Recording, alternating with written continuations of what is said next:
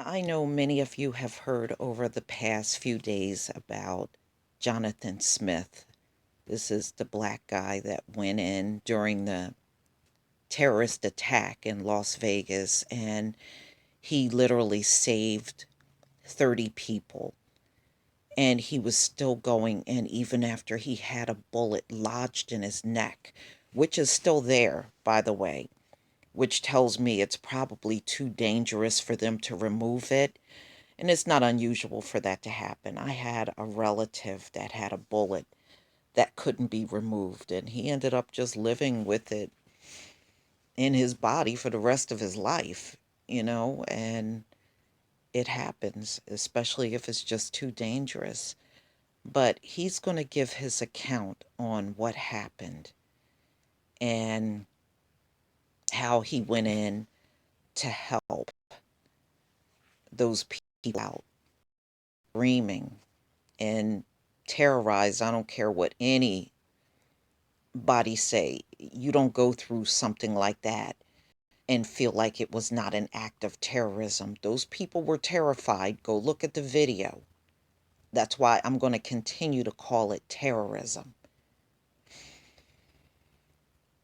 And then the police officer that saved him comes on to the interview. So it's pretty interesting. So I'm going to go ahead and play the video so that you can hear Jonathan Smith's account of what happened in Las Vegas. Home. That's Irvine, California. And thank goodness for that, Jonathan. Look, I'm so grateful that you're able to us. I know that you are obviously very seriously injured. You have that bullet that is still in your neck. How are you feeling tonight? Um, well, thank you for having me on. I'm still in a little pain, but I think honestly it's gonna take time to heal. I can't not forget about what happened. I relive it every day through social media, um, from people calling, people texting me. I think the people that weren't there don't realize how traumatic it was. Um, the whole time I thought honestly I would die. I really did. And when you were there, Jonathan, you're getting in the fourth song of Jason Aldean's act.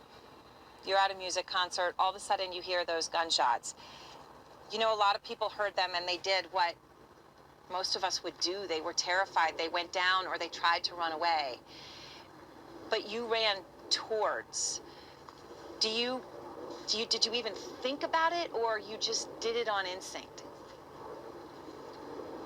Honestly, I don't know what I was thinking. Honestly, from the moment that I got my brother and my three nieces across the street from Giles, um, I don't know what made me turn back around. Maybe it was the screams. I don't know.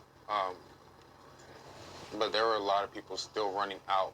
A few of them fell down. I still remember it vivid. I tried not to, honestly, but I really can't explain why or what made me turn around.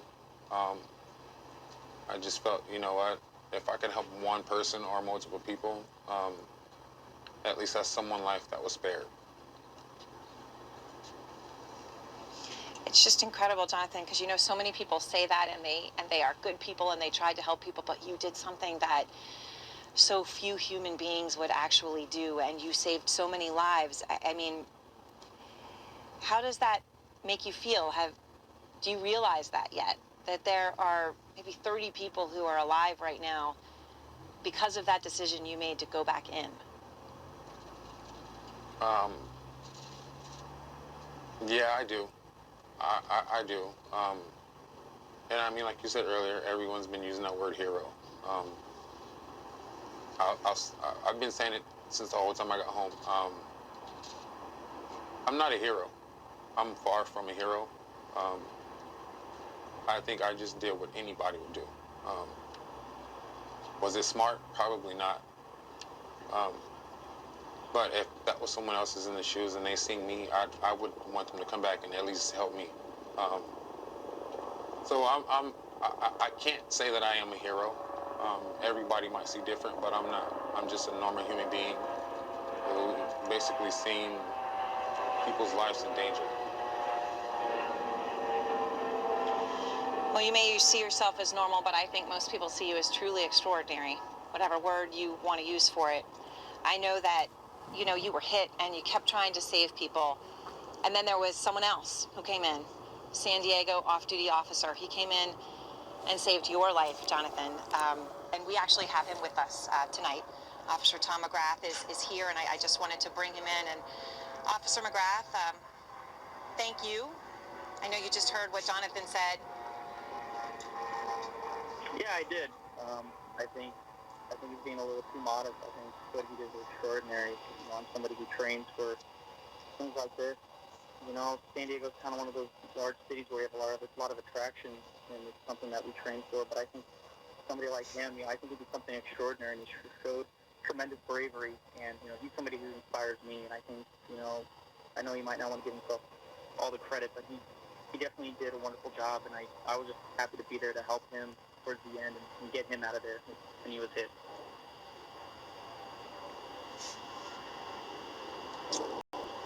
Jonathan?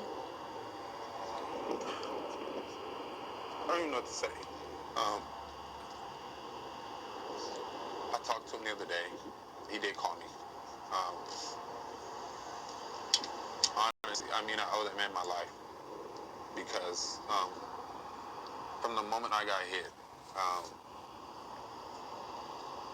he was the first one to actually help me stop the bleeding. He never left my side at all.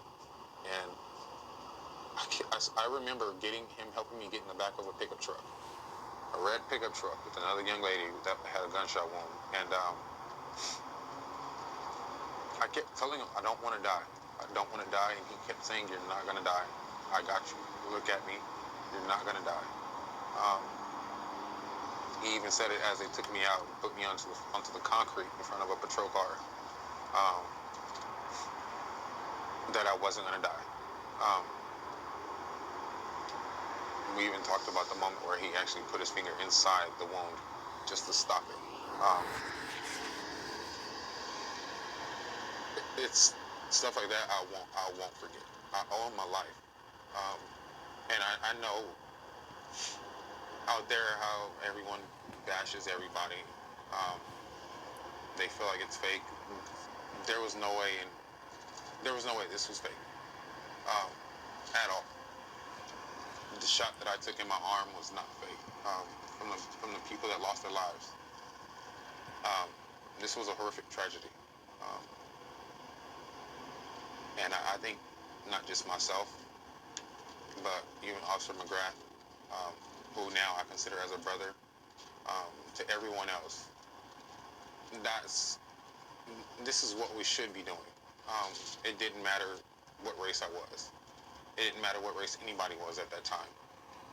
All we seen was a human life. I'll never forget that day, or anybody else for that matter.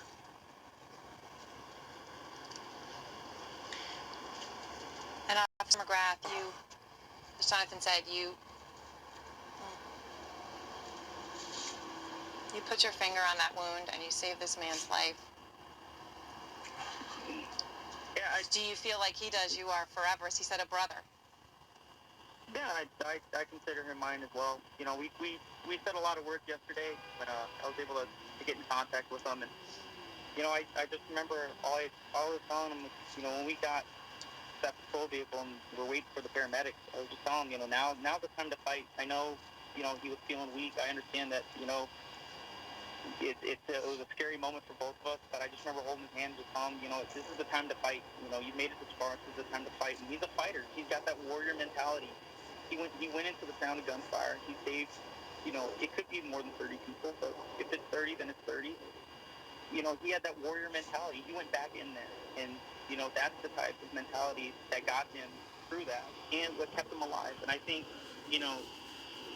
as long as he recognizes that, he needs to keep that mentality, because that's a rare thing for people to exhibit and to have themselves. And through this tragedy, I just remember nobody suffered alone. When people were dying, there was somebody there who's probably holding their hand or holding them in their arms, comforting them. When people had injuries, how severe it was, trying to get them to safety. Nobody suffered alone, and I think that's the takeaway from the whole entire situation, is that we might have our story out on CNN or whatever news outlet, but I think the bigger picture is when you take a look at the whole, nobody suffered alone. Everybody rallied together, and everybody wanted to have a purpose that night, and I think people did. Jonathan, you had a great purpose, and you have saved so many lives. What is next for you? What do you do now? Well, first is basically to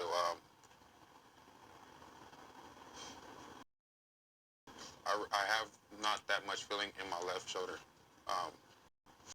And as you said, bullet's still in my neck. Um, they won't remove it just because they fear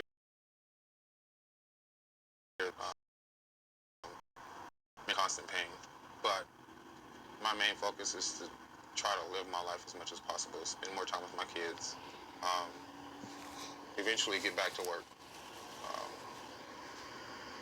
I've got nothing but great outpour from my job, from people all over the world that I don't even know, on Facebook, um, and